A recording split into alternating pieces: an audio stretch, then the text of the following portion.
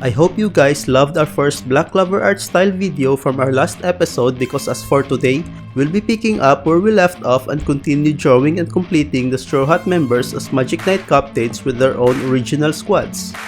What do you think will be the squads of the rest of these Straw Hat members? Well, let's find out in today's episode. So strap in, let's grab our pencil, and let's draw, even if we are.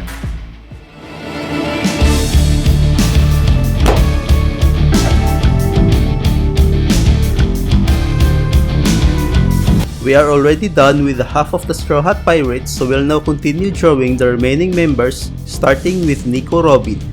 But before I share my insights about this drawing, for those who are confused as to why I'm now beginning to split my videos in half instead of just releasing a single video containing the complete Straw Hat members, that's because the channel is now struggling. To sustain it, I had to make the decision to split my usual videos in half. I am not really sure if this is the right choice, but I am hoping this step can increase the channel's ad revenue, considering I could only upload 2 to 3 videos a month before this. That's also the reason why I now started doing voiceovers to at least improve the quality of my videos, and that if you like my voice, in which I'm certain you don't. Enough said, let's now head on to how I managed to draw Robin as a Black Clover character. I actually like the design I gave Robin here, as well as her pose, wherein she's holding a magic wand, giving her a solid wizard vibe. Since the One Piece author gave Robin the crane or the falcon as her animal counterpart, I immediately based her outfit to the silver eagle, in which I adapted their elegant squad's robes feather design into Robin's attire. And to complete her Magic Knight look, of course, I added some blooming flowers around her head as a reference to her devil fruit. I'd also love to give Robin the magic attribute of body magic. Since she can sprout multiple body parts from her body, I would imagine she can do it in the form of magic. I also came across of a sinister type of magic that includes quote-unquote demon in every magic name, that basically a superior version of that type of magic. I'm not quite sure if it applies to every magic, but I'd also like to give her the magic attribute of demon body magic, also a reference to her demonic ability. Finally, as her Robin's color is said to be purple, we'll call her squad as the Purple Falcon.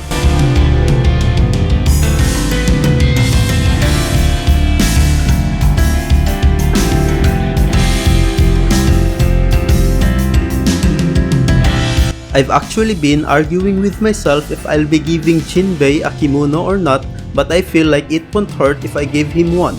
Also, I'm kinda got lazy here as I just went to his usual One Piece style, although I just added some garments to make him fit in the universe of Black Clover. In terms of transforming anime characters to other anime universes, I sometimes don't bother creating major changes if I feel that the character's original design and vibe already fits in that world. And that's what happened to Jinbei here, as I just retained his iconic kimono. Also, we can all agree that it's already part of his character. As you've noticed, I made Jinbei look more human looking here, except I gave him pointy ears. Again, as I've mentioned on our last episode, I don't know if a spirit and human hybrid is possible in this show, but I made him one here. Maybe a fish spirit or creature, well, I don't know. I just leave it to your imagination. Anyways, I gave Jinbei an undercut haircut, and I do believe this look made him look more badass, like what he's always been. You'll also notice that the Sun Pirate logo changed a bit. I intentionally made it that way since I wanted it to look more like the sun symbol in medieval period, as what I always noticed in the Black Clover's atmosphere. Of course, I had to give Jinbei the water magic as his magic attribute here, and based from Eiichiro Oda, Jinbei's color is called ochre, while his animal counterpart is a bear or a whale shark, in which I chose the latter. Ochre is already a nice color name for me, so finally, here's the captain of the ochre whale shark, Jinbei.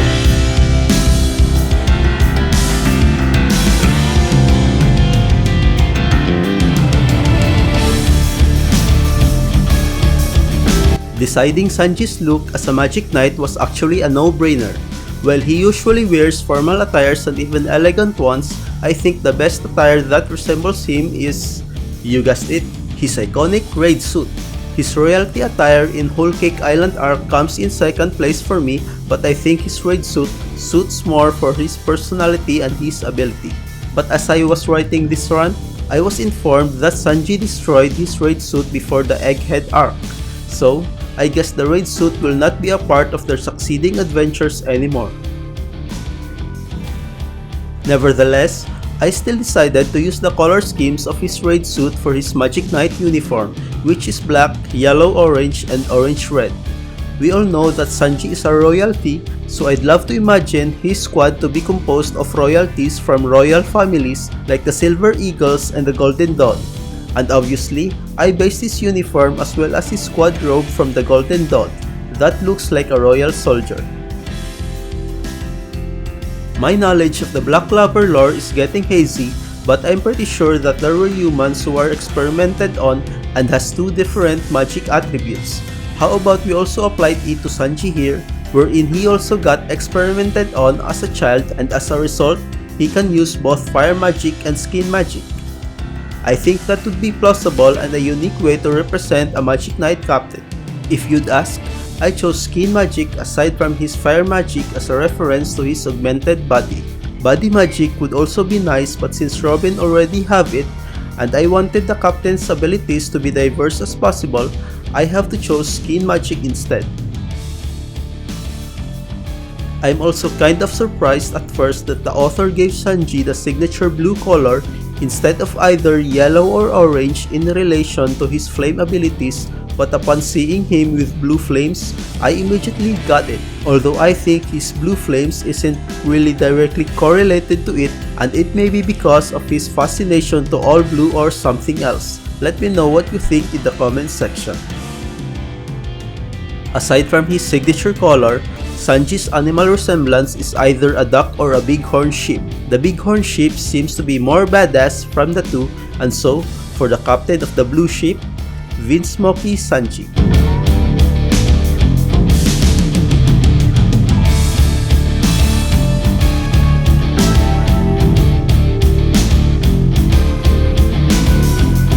We are finally on the last two remaining Straw Hat members. As for Roronoa Zoro, I wanted him to look cooler and very intimidating as much as possible. To achieve this, I based him from Yami Sukihiro from the Black Bulls, but that is only for his look and feel and not for his overall outfit. As I have no idea what will be his costume would look like, I ended up using his usual style of outfit and went from there. Luckily, I decided him to look like a Viking, since, well, why not? Vikings are badass, and it really fits on Zoro's aesthetics. Unlike the rest of the Straw Hats, I drew him with a completely fur robe. I also changed the design of his earrings, and to make him more badass looking, I added some long braided ponytails to complete his Viking look. In the end, I pretty much just retained Zoro's original outfit and only includes necessary details for him to look like a Black Clover character. As for his magic attribute, sword magic may be the most obvious choice here. I'm not really sure the specifics of this type of magic, since as I only understand that it creates swords made out of mana, but since I still give him 3 physical swords here, we'll just say Zoro just prefers having physical swords that would go along with this magic. If you've been listening to my voiceovers on this topic, I really never mentioned the number of leaves of the grimoire of every Straw Hat member up until now. But if you've recalled our previous drawings, each of them have 3-leaf clover grimoire, as I believe it's the standard grimoire there is. However, since we're talking about Zoro here, I think it would be awesome to give him a 4-leaf clover grimoire as the known second strongest Straw Hat.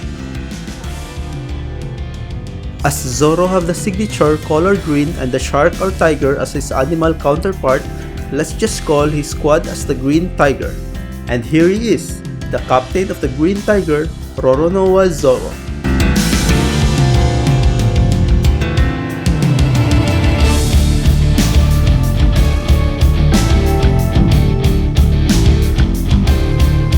And now for our final Straw Hat member and their captain, Monkey D. Luffy. I had to admit that drawing Luffy in this style and even on any other art style is tough, as I am having trouble finding proper references that are suitable to Luffy's features and style. And even in Black Clover art style, I still struggle to find the right design for Luffy. But after so many trial and errors, I finally came up something that fits in this universe.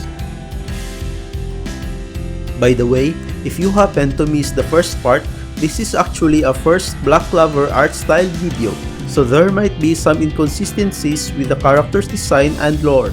Nevertheless, I really enjoyed making this video. If you want to watch the rest of the Straw Hat members such as Nami, Usopp, and Chopper if they were Magic Knight captains, just click the link in the description below. Now, back to Luffy. As iconic as it is, I decided to keep his straw hat here, while completely changing his outfit. Of course, I see to it to use Luffy's color schemes to his new attire and just put additional garments for him to look the part. I originally wanted Luffy to have rubber magic to be his magic attribute even though it might not exist in Black Clover, but upon realizing how simple a rubber magic sounds, I decided to change it and make an all-new magic attribute, the Sun God Magic. As you know, a reference to his devil fruit. My brain is already fried upon this point, so I just leave it to you of what kind of abilities it might have. However, as the strongest of the Straw Hats, I really love Luffy to possess a 6-leaf clover grimoire. I know, it wasn't yet confirmed if there will be a 6-leaf clover grimoire, but considering the 5-leaf clover means devil, what if the 6-leaf means the opposite of it, like maybe a god or the like? That, I think, if comes true, would be epic. For Luffy's squad, he's got a red and a monkey as his color and animal counterpart respectively. Although I feel that there's still so much room for improvements, I still like how his look turned out. And so, for our final Magic Knight captain, the captain of the Crimson Monkey, Monkey D. Luffy.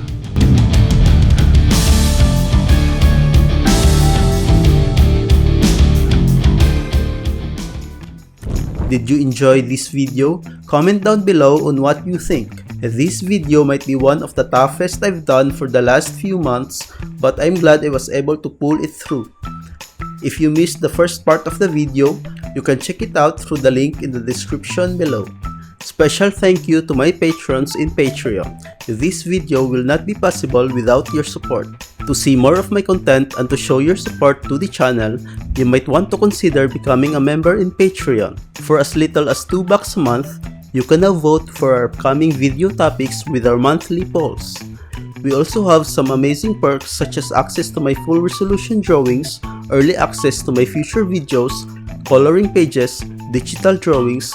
You'll also have a chance to request your own character and get featured on my videos. You can also read my silly weekly dumb comics consisting of your favorite anime characters for you to enjoy, and so much more. Another way to support the channel is to purchase some of my art prints in the in-print store. This includes some of my traditional drawings as well as the digital versions of my artworks. This is the Not So Good Artist, and remember, art is beautiful, life is wonderful.